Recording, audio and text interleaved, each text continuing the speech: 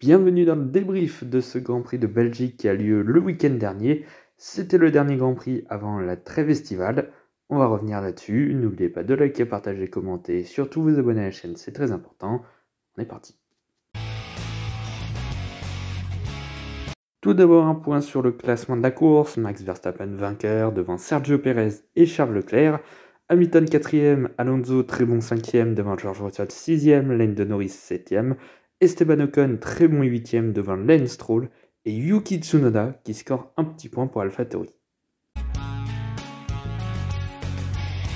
Bon c'était encore la promenade de santé pour Max Verstappen qui s'impose encore avec 20 secondes d'avance sur Sergio Pérez, alors que son coéquipier partait 2ème et le néerlandais devait partir de la pole position mais il était pénalisé de 5 places.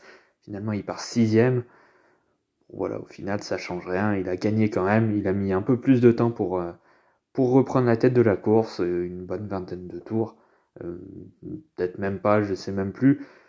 Mais bon, au final, qu'il parte 6ème, 1er, 2ème, 12ème, 20ème, 40ème, et il gagne. De toute façon, c'est triste à dire, mais finalement, sa victoire en Belgique, elle était déjà prévue depuis sa victoire en Hongrie. Sur Instagram, sur mon compte, j'avais fait une story un petit peu ironique, comme quoi j'avais dit rendez-vous la semaine prochaine pour la nouvelle victoire de Verstappen à Spa. C'était plutôt ironique, mais d'un autre côté, finalement, c'était prévisible. Ouais, on connaît le vainqueur une semaine à l'avance, pas top pour le suspense. En fait, c'est toujours la même chose avec Max Verstappen. En qualification pour la course principale, il fait la pole position avec 8 dixièmes d'avance sur Charles Leclerc. Il est dans un autre monde, même si, petite frayeur, il a failli se faire sortir en Q2. Là, ça aurait été vraiment un cataclysme absolu. Qui partent seulement 11e, enfin qui se qualifie 11e et il serait parti 16e du coup. Ça aurait été juste génial. Mais bon, dans tous les cas, il aurait gagné. Bon, ça s'est pas fait, il est passé. Et puis du coup, il a claqué la pole. Le lendemain, en qualif sprint, il claque la pole à nouveau pour 11 millième sur Piastri. Là, c'était beaucoup plus serré. Mais bon, la course sprint, il a gagné, et largement. Il s'est fait un petit peu dépasser par Piastri au moment des arrêts au stand. Bon, voilà, c'était un petit couac dans un week-end quasi parfait, voire même totalement réussi et totalement parfait. Il n'y a rien à dire de plus, il a 125 points d'avance sur Pérez, soit presque 5 victoires d'avance. Si on compte pas les meilleurs tours, ça fait 5 victoires d'avance. C'est phénoménal. On peut déjà le dire maintenant, Max Verstappen est triple champion du monde de Formule 1.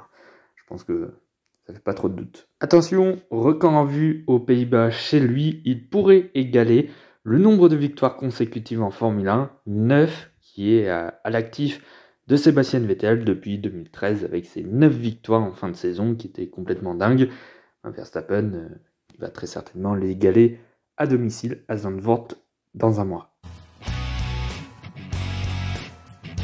Ce week-end, ça allait mieux pour Sergio Pérez, même si ça reste pas encore un week-end complètement réussi. Enfin, pour la qualification de la course principale, il a réussi à bien se qualifier. 3ème, c'est à peu près le meilleur qualif qui nous ait fait depuis Miami en fait. Parce que même la dernière fois, il était en Q3, mais il partait 9ème, donc c'était pas top. Il partait 2ème du coup avec la pénalité de Max Verstappen. Il a pris la tête de la course, donc ça c'est super. Et puis ensuite, il s'est envolé vis-à-vis de Leclerc. Verstappen l'a rattrapé et il termine 20 secondes derrière son coéquipier. Mais bon, voilà, il finit 2ème. C'est ce qu'on lui demande. Donc c'est bien. Donc le vendredi, il est réussi. Le dimanche, il est réussi aussi plutôt. Mais le samedi, là, il n'y a rien qui a fonctionné. En qualification pour la course au sprint, il ne fait que 8ème, donc c'est assez faible sur une Red Bull. On attend de lui minimum un top 3, voire top 4 à la limite. Et puis en course sprint, il s'arrête au premier tour pour changer ses pneus wet pour les pneus inter. Il ressort derrière Gasly, mais devant Hamilton, Sainz et même Leclerc. Puis ensuite, il se bat avec Lewis Hamilton qui est plus rapide. Et puis malheureusement, Hamilton touche son ponton qui est abîmé et c'est abandon pour le Mexicain. C'est dingue, sa malchance depuis Monaco, il y a toujours quelque chose qui ne va pas. Quand c'est pas les qualifs, c'est la course. Quand c'est pas la course, c'est les qualifs. Et quand c'est ni l'un ni l'autre, il y a toujours moyen qu'il y ait un problème quelque part. C'était la course sprint. C'est assez dingue. Je pense que c'est plus de la malchance qu'autre chose là pour le coup. À part sa qualif sprint où là c'est totalement de sa faute. Mais bon, on va dire que son week-end est plutôt réussi dans l'ensemble. Qualif principal, course principale, c'est réussi. C'est ça déjà le principal. Maintenant à voir, il aura un mois pour se remettre mentalement de sa déculottée qu'il a pris par Max Verstappen depuis quasiment le début de la saison, enfin à partir de Miami. Il aura un mois pour se préparer. Rendez-vous à Zandvoort, mais ce sera pas facile parce que ce sera chez Max Verstappen. Verstappen, il a gagné tous les grands prix des Pays-Bas depuis qu'il est revenu en 2021. Ça va pas être simple de battre Verstappen dans un mois. Chez Ferrari ce week-end, ça allait mieux. Et surtout du côté de Charles Leclerc, où là, pour une fois, quasiment tout lui a souri ce week-end. J'ai presque envie de dire que pour la première fois de la saison, il n'y a pas eu de problème pour Charles Leclerc de tout le week-end, si ce n'est son arrêt au stand en course sprint qui est un peu long, 5 secondes, mais bon, c'est parce qu'il y a pas mal de voitures dans les box, donc là-dessus, on va fermer les yeux, il finit 6ème, un peu raté, mais c'est pas ce qui compte. En qualification pour la course principale, il réussit à faire le 2e meilleur temps, 8 dixièmes de Verstappen certes, mais bon, c'est quand même bien 2e, quand il y a les McLaren, les Mercedes, Perez qui sont pas loin derrière, donc ça c'était plutôt bien. Il hérite de la pole position du coup avec la pénalité de Max Verstappen. Bon, le départ est bon, mais bon, après le raidillon, il se fait manger par Sergio Perez, et la puissance incroyable de cette Red Bull face à la Ferrari, il y pouvait absolument rien. Puis après, il a continué sur son rythme.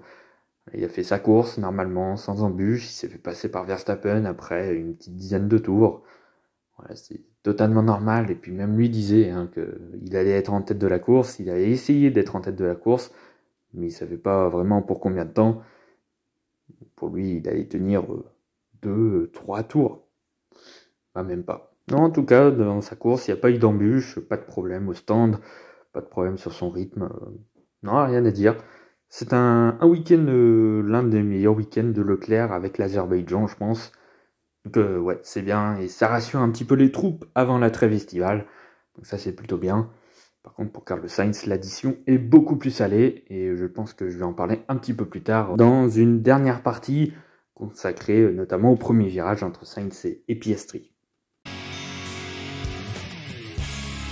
Bon, un petit mot aussi sur Lewis Hamilton. Pas grand chose à dire, il fait un week-end correct, il écrase encore un peu plus George Russell. Par contre, côté de George Russell, c'est moins bon. Mais du côté de Lewis Hamilton, il échoue 2 fois au pied du podium, 2 fois 4ème en course sprint. Il est pénalisé de 5 secondes. Bon, c'est un petit peu cher payé quand même parce que il perd un peu la voiture, mais bon, c'est sous la pluie. Il est en pleine tentative de dépassement, donc c'est pas simple. Il harponne Perez, c'est malheureux. Certes, il fait un gros trou dans la Red Bull qui cause l'abandon de Sergio. De là à mettre 5 secondes, c'était assez moyen quand même. Mais bon, c'est comme ça, finalement, il ne marque que 2 points. Et puis, surtout, au championnat, il rattrape petit à petit Fernando Alonso. Il n'est plus qu'à 1 point de la 3ème place au championnat. Normalement, vu les problèmes d'Aston Martin, Hamilton, je pense, ira chercher cette 3ème place au championnat. Surtout que les pilotes Ferrari derrière sont assez loin, Russell aussi, donc pas trop de soucis. À part rebond d'Aston Martin et donc de Fernando Alonso, je vois pas trop comment Hamilton pourrait perdre cette 3ème place au général. Attention un petit peu en rythme de qualification, malgré sa pole la semaine dernière. Voilà, 4ème en qualif principal. 7ème en qualif sprint, c'est un peu moyen, mais voilà, globalement, ça passe et c'est un bon week-end pour Lewis Hamilton. En revanche, pour George Russell, c'est pas du tout la même sauce. Il s'est fait complètement manger par Lewis Hamilton. On ne reconnaît plus du tout le George Russell de 2022. 8ème en qualif principal, 10ème en qualif sprint. Il ne fait que 8ème en course sprint, malgré la pénalité de Lewis Hamilton de 5 secondes. Termine derrière lui pour pas grand chose, même pas un 10ème je crois. Mais bon, voilà, il finit quand même derrière Hamilton avec une pénalité. Ouais, c'est compliqué, il se bat plutôt avec les pilotes Ferrari au championnat qu'avec Alonso ou Hamilton. Ouais, c'est bien dur, hein. Il se fait bien manger par les Lewis Hamilton. Là, ces dernières courses sont beaucoup plus compliquées pour George Russell. Puis même en course principale, il n'a pas forcément existé, 6ème. C'est pas terrible. Il a même pas réussi à dépasser Fernando Alonso pour la 5ème place, qui normalement a une voiture moins puissante ces derniers temps, moins compétitive. Il a fini derrière, donc ouais, ça coince un peu pour George Russell actuellement. Espérons qu'à partir de Zandvoort, il sera de retour aux avant-postes, parce que là c'est un peu compliqué, et cette première partie de saison est assez... c'est pas mauvais, mais c'est pas exceptionnel non plus. Du côté de Fernando Alonso, qui fêtait son 42e anniversaire ce week-end, le début de week-end a été plutôt cauchemardesque. Il a bien sauvé les meubles le dimanche quand même. Ouais, le vendredi, pour les qualifs de la course principale, il ne fait que 9ème. C'est assez décevant quand on a vu les qualifs qu'il nous a sortis les derniers temps. Puis même quand on voit ce qu'il faisait chez Alpine avec une voiture de milieu de tableau, c'est un peu décevant, 9ème quand même. Bon, ceci dit, il colle quand même, je crois, 6 dixièmes à Lance Stroll, c'est complètement dingue. Et puis pour les qualifs de la course sprint, là, malheureusement, il n'a même pas le temps de faire le moindre chrono. Stroll se sort en médium sous la pluie. Voilà, les deux Aston sont éliminés, 14 et 15. Du coup, la course sprint, elle est condamnée pour Fernando Alonso. En plus, la stratégie n'est pas forcément exceptionnelle. Il ressort 16ème, je crois, malgré qu'il se soit arrêté en premier, je crois. Mais ça n'a pas payé pour Fernando. Et puis en plus, il s'est sorti à Pouhon. Voilà, première erreur de l'année. Heureusement, ça arrive dans la course la moins rémunératrice du week-end. Donc tout va bien. Et puis en course, il part 9ème, mais il prend un très bon départ. Puis ensuite, il fait une belle course, un bon rythme. Et puis malgré une voiture moins compétitive, il termine notamment devant George Russell ou Lando Norris. Donc ça, c'est très positif. Finalement, un top 5. Au vu des performances les derniers temps d'Aston Martin, c'est un très bon résultat. Et en plus, il garde sa 3ème place au championnat. Pour combien de temps, je ne sais pas, et je pense que dès Zandvoort, malheureusement, Fernando va se retrouver derrière Lewis. Mais bon, voilà, disons qu'il limite vraiment la casse. Et puis ça c'est pas une surprise, mais il a encore surdominé Lance Stroll. Mais bon, ça on a pris l'habitude depuis le début de la saison. Même en février ou en janvier, on savait très bien qu'Alonso allait complètement écraser Lance Stroll. On n'attendait pas forcément McLaren aussi loin le dimanche, malgré un bon samedi avec une belle qualification. Oscar Piastri a failli taper la pole position, et puis il a fait podium en course sprint.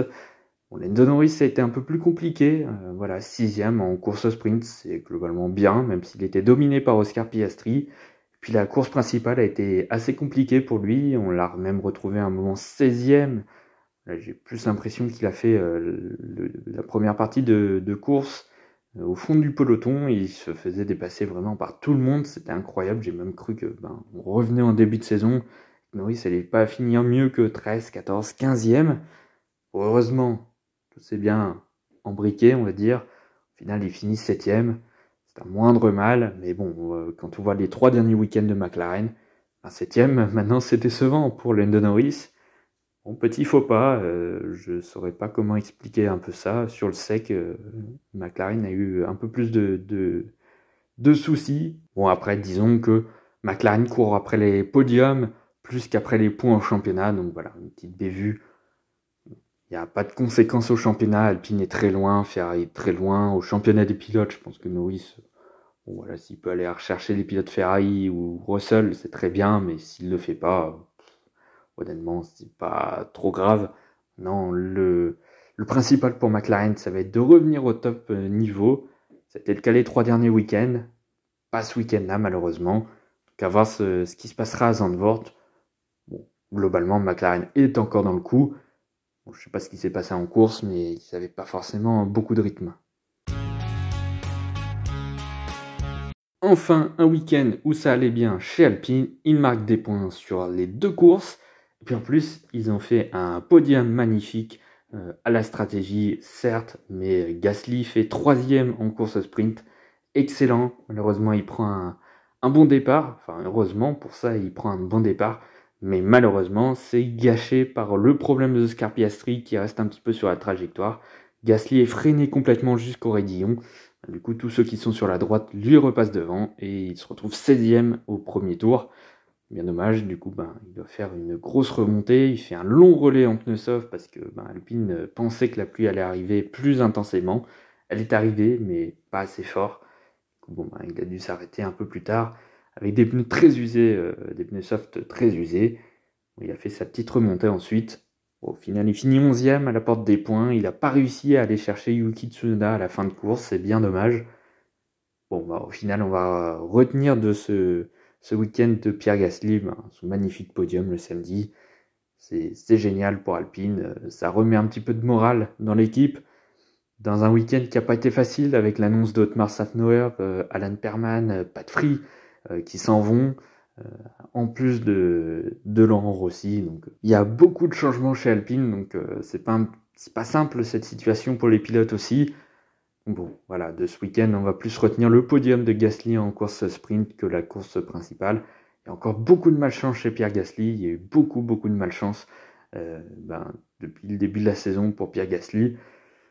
À croire que cette deuxième voiture Alpine, elle est maudite. C'est incroyable. Il a pris la place d'Alonso. Il a pris sa poisse avec. C'est complètement dingue. Et puis du côté d'Esteban Ocon, c'était un week-end plutôt réussi finalement. Le dimanche notamment.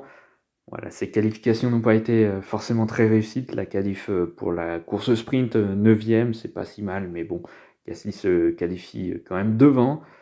Même place en course sprint. Il marque pas de points, c'est un petit peu dommage, mais bon, voilà, le dimanche, il part 14e.